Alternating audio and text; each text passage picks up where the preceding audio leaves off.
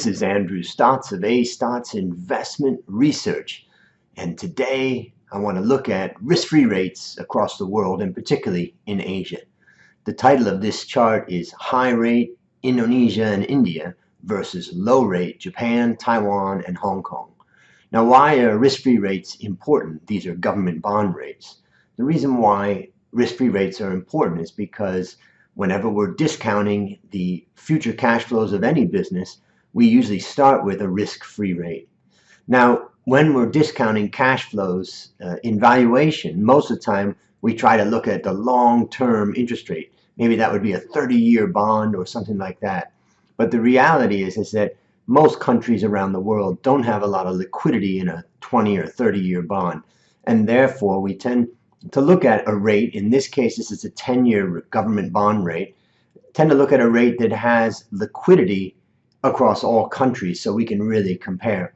So the actual rate that you use in a dividend discount model or a free cash flow valuation model would be maybe a little bit higher than this, but not by much. So I would go off of these rates. Now, what we can see is that Indonesia and India continue to be high interest rate countries. That has been the case for a long time. Now, this is important when you look at the ROE, right? Because when you look at the return on equity or the return on assets of companies in these two countries, we have to remember that there is a inflation element in here, and inflation is a big impact of this risk-free rate. Remember that this stated risk-free rate, government bond rate, includes two components. One is the real risk-free rate and the expectation of inflation going forward. So these are high inflation countries which end up having high risk-free rates. So actually, if you really want to look at the pure profitability of the countries across Asia, one way of doing it is take an ROE and subtract out the risk-free rate, or even better, subtract out the inflation rate. But this is inflation expectations for the future, so we don't always know exactly what that is. We do know the inflation from the past.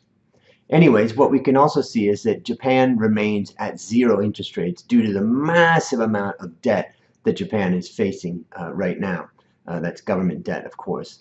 And then you've got Taiwan and Hong Kong, where these countries are directly linked to the US dollar. And so, but not only are they linked, now Singapore is also linked to the US dollar, and it's maintained a rate close to the US.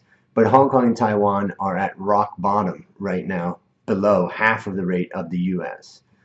Now also we can see that China is at about 3.5%. So China never went down to where the US was because they were never in that type of crisis. China's crisis is a little bit different. But the main thing that we can see is that at 3.5% risk-free rate, it's quite possible that the government could try to raise rates if they wanted to stamp out some bubbles there.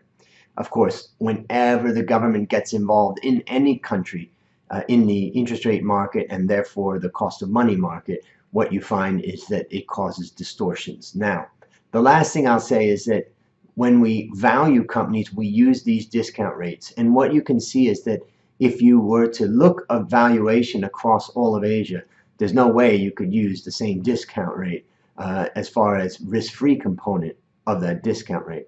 That's different, of course, if you were only looking at one particular country, like let's say the US, you'd use one risk-free rate. But across Asia, that can be very different, and discount rates can be very different. So that wraps up this chart of the day. I hope you learned something from it, and leave a comment below if you have a question.